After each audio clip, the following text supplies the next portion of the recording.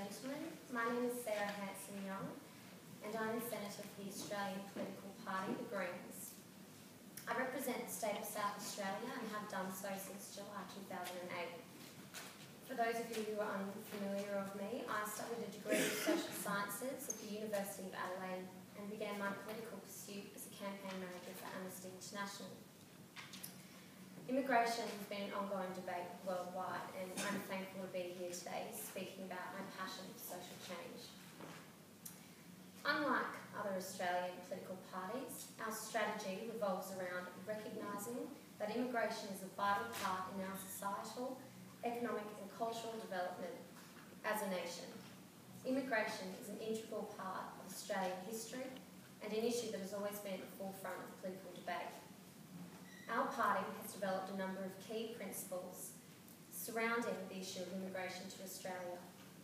The Australian Greens believe that the presence of many cultural backgrounds in Australia greatly enriches our society and should be celebrated.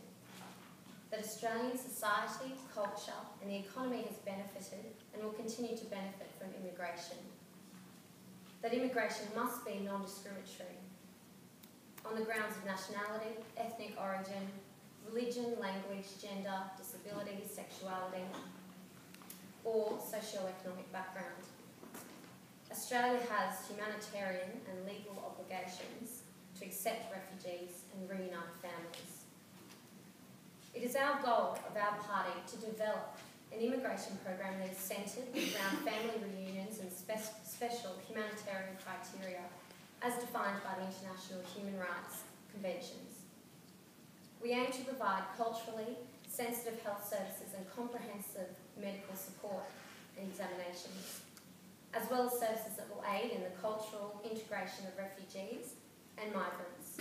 Services such as English language classes, social security, legal services, programs that will ease the transition to Australia's multicultural society and post-trauma counselling where needed.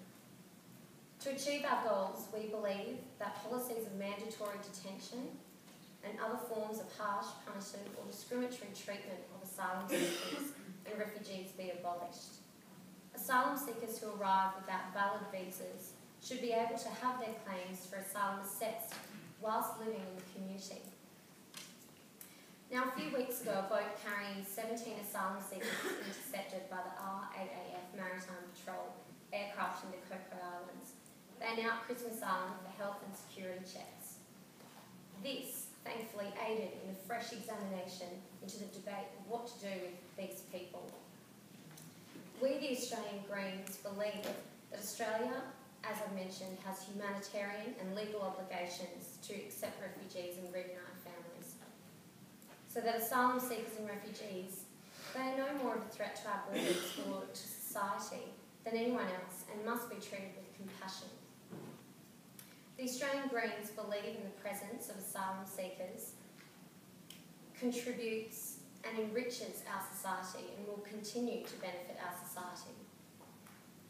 Within the frame of recent events, I believe the government has only implemented the nastiest and most punishing of the recommendations handed down by a three-man expert panel. We know that detaining people indefinitely with no limits in a very remote island in these people prison camps costs people's lives and can even push them to self-destruction. It drives very brave, courageous, intelligent people to become madmen and even insane. The people of Australia are speaking out. We're questioning that these guaranteed protections put in place, and we want to ensure that these protections allow people to have access to proper mental health services. We want to know that there will be a time limit put on how long they are in these detention centres for. We also believe in a fair go for all, even for non-Australians. For everyone in the world who can't help themselves, for vulnerable people fleeing persecution, brutality and torture, they want to seek a safe haven. We want to be this safe haven, and so should you. 61 years ago, Australia signed the Refugee Convention, vowing that when refugees arrive to Australia, we will help them and accept them. This isn't about who can be the toughest on refugees, punishing them for wanting to find safety. It's about Australians showing compassion and offering some of the world's most vulnerable people protection. We take less than 2% of the world's refugees, so in no way would it be difficult for us to find some space to offer them protection. Our primary objective is a fair go, and this means totally opposing the live trade of people, showing compassion and not letting people rot behind barbed wire. As put by Scott Ludlam, the Australian Green Senator for Western Australia, in a debate in August, and I quote, "Other countries are ruthlessly cruel to refugees, and the heads of the smuggler rings take advantage of already supplied, desperate people to flee some of their savings and offer them a cramped spot on a voyage that might kill them. This is what we want to stop through our communication objectives. Our current and future policies will ensure that no person will be treated like this. We don't care about getting the most votes like other parties. We care about saving lives and offering them protection. We can save these vulnerable lives through no mandatory detention, ending offshore processing and climate refugee visas. Australia has an obligation to accept and help these refugees. We have a high tourism industry and a very low unemployment rate. This has contributed to the financially stable country we live in, which is more than capable of assisting those from countries in turmoil.